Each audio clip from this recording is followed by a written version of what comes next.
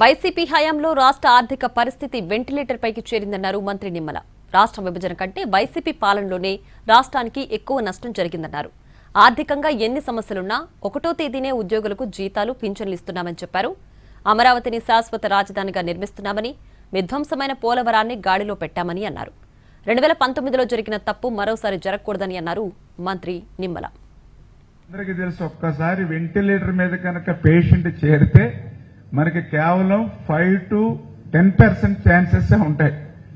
అంటే అటువంటి స్థితి ఈ రోజు ఆర్థిక పరిస్థితి. అటువంటి వెంటిలేటర్ నుంచి వెనక్కి ఐసీయూలు తీసుకొచ్చాం. ఖచ్చితంగా ఈ ఐసీయూ నుంచి రూమ్ నుంచి ఇంటికి, అంటే అట్లా ఆర్థిక స్థితిని బాగు చేసుకుంటూ ముందుకు వెళ్తూ ఉంది ఈ రోజు కూటమి ప్రభుత్వం. గత 20-21 నెలల నుంచి అనేటువంటి విషయాన్ని స్పష్టంగా ఈ రోజు ప్రజలందరూ కూడా అర్థం చేసుకోవాలని మీ అందరి ద్వారా కోరుకుంటూ ఉన్నా.